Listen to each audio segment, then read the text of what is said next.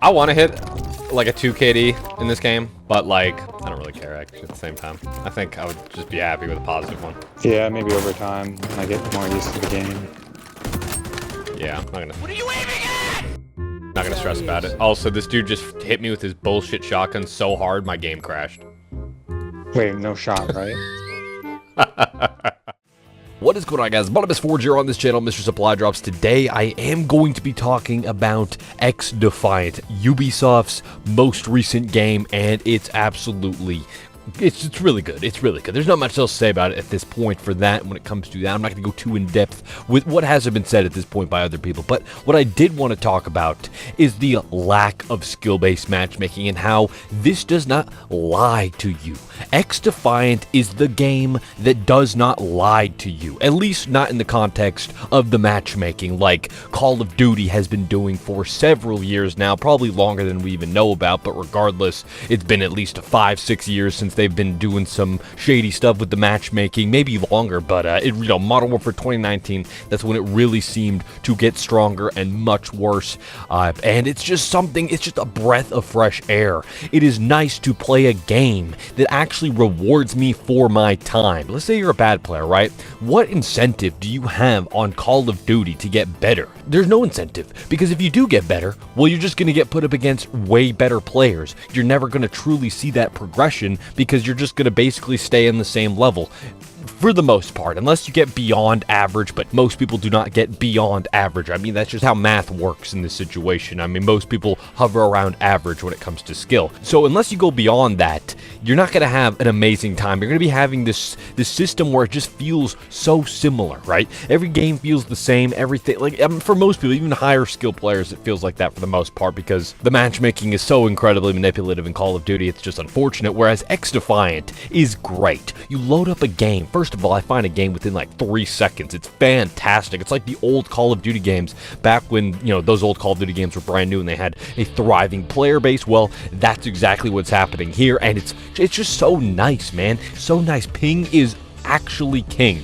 There is a hidden MMR. Oh wait, but it's not hidden. It is in your stats. You can see it. You can see what that is. And I mean, I'm not exactly sure what that's going to be for. I believe that will probably be how they match you, your team-based, skill-based matchmaking, which, we need that, of course. We need old Call of Duty games have had that as well. Literally, like since the old COD 4 days, where if you join up a game, it's random people based off of ping that got into that match, and then based off of that, it sorts based off of skill. You have some really high skill players on this team, you have some really high skill players on this team, some low skill on this team, some low skill on that team. Simple as that. It's the way, is it perfect? Probably not by the way it works. I don't know. I mean, there's a lot of times where I still get terrible players in old Call of Duty games and current Call of Duty. I mean, I don't think it can ever be perfect when it looks at that, but that's the only matchmaking, the only skill-based matchmaking that you'll see, well, outside of the ranked mode, but of course ranked mode is going to have that.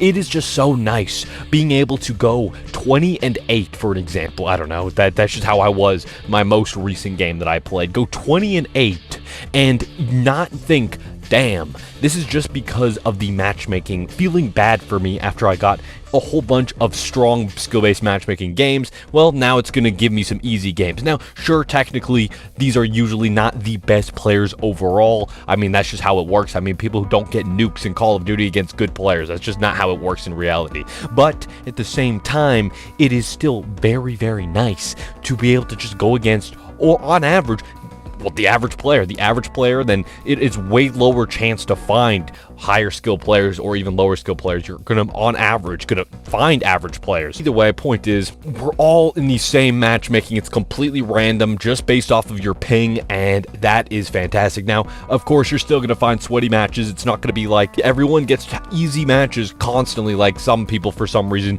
think that having no skill-based matchmaking will do. That's not how it works. Like I said, it's everyone in the same pool, pretty much. So it's random, and it's all just based off of ping. It's just so nice, because you go and play Call of Duty, like I said, you are not going to actually have anything, no reason to get better. There is no reason. You just get punished. It's so awful. It's just something that I wish that we could go back from and get rid of that in Call of Duty. And actually, if XDefiant continues to be successful, maybe one day they reduce the skill-based matchmaking at some point. As long as it works, they're not going to remove it from Call of Duty entirely. That's just how it is. But Call of Duty has been influenced by games before. Now, maybe not XDefiant in this case, but games like Fortnite, for an example. They have been influenced with that, with the Battle Royale. They were influenced with the skin system and everything, you know, how they have their system where they got rid of supply drops and only have an item shop and a battle pass, these live service, you know, having seasons. It's exactly being influenced by that game. So hopefully we can see XDefiant influence Call of Duty a bit. I don't think it would happen anytime soon, at least, but you never know, especially if XDefiant continues to be a success. Now, another thing that they're not lying to you about is the aim assist. Now, this is a hot topic for some. I don't know why, some reason. I don't know why people think this is such an insane take. The aim assist is too damn strong in Call of Duty. Anytime I say that as a keyboard and mouse player, not so much anymore on Call of Duty, but regardless, people will just say, well, just switch, just switch, just switch. First of all, I did switch. Second of all, it doesn't matter. It's still everyone. If you only had controller players, having that level of aim assist is just counterproductive to the skill of the game, pretty much. It just makes it so that people who are bad can get shots that they should have never gotten in the first place.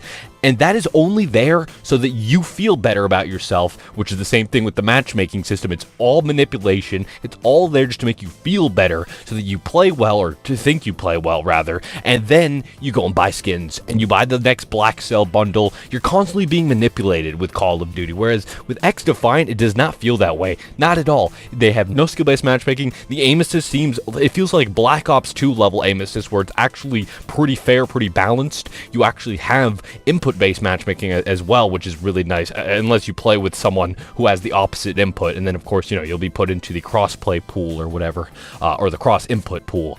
You know, it's just so refreshing. That's like the best term I can say when it comes to this game. I am enjoying Modern Warfare 3. It's a good game. I enjoy it, especially with all the content they've been adding. Sledgehammer Games, they're doing a great job over there. But at the end of the day, no matter how good these modern Call of Duty games can be as actual games, they're always still cluttered by this garbage that surrounds them. Like the matchmaking, the skin system constantly popping up in your face. A $70 game and they still charge $30 for the battle pass every 2 months, constantly shoving it in your face no matter what. Even if you did already buy the regular battle pass, they'll still advertise for you to upgrade to the Black Cell battle pass.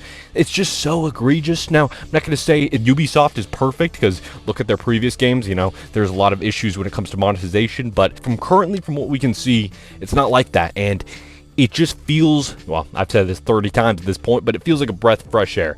Anyways, though, that's going to wrap up this video. There's not much else to say about this at this point. I don't want to just start rambling and just repeating myself. So what do you guys think about this? Let me know your thoughts in the comment section down below. I would love to hear what you guys have to say. And if you guys enjoyed this video, a like would be greatly appreciated. If you're new here and you like videos like this, make sure to hit that subscribe button down below. And yeah, thank you guys so much for watching.